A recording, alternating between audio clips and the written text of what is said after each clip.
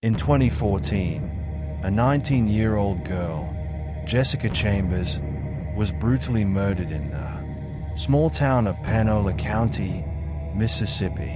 What happened to her that night shocked not only the local community but the entire world. How did Jessica lose her life, and who was responsible for such a horrific act? This story left everyone with one lingering question: who killed Jessica Chambers?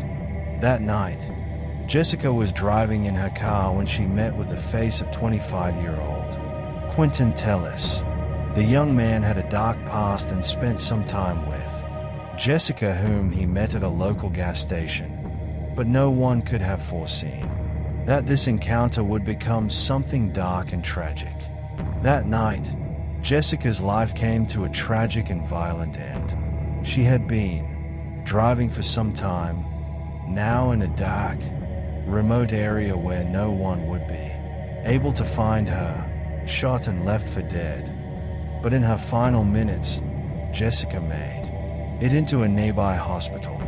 As she struggled to live, she uttered her last words and revealed a chilling detail. She had been shot by a black man, though it was unclear what she meant by black man.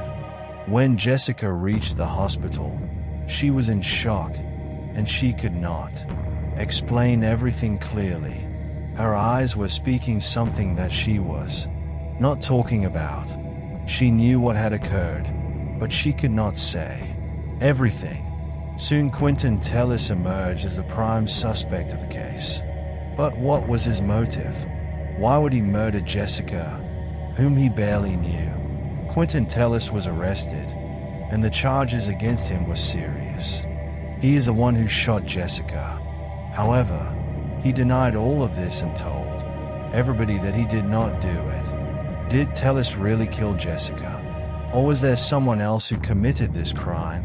As the murder investigation continued, several questions started to arise. Who is the real killer?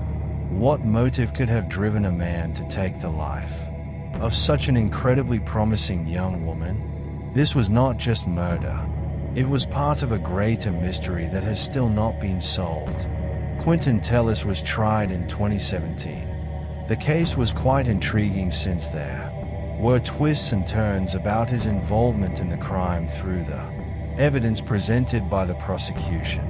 Tellis's fingerprints were found inside Jessica's car, but he refused to admit that he committed the crime. Was it him or somebody framing him? As the trial continued, the evidence against Tellis began to pile up, but still, the question of who had actually killed Jessica remained an open one. The death of Jessica was a mystery that refused to fade away and instead continued to fuel more questions. Sensational headlines: the murder trial of Quinton Tellis, the name of Jessica Chambers lives on in so many but remains a mystery. Her killer is still kept in this murder mystery, and the many twists and turns where evidence unearths haunted stories. The question at the end of this story is who actually killed Jessica Chambers, and for what purpose?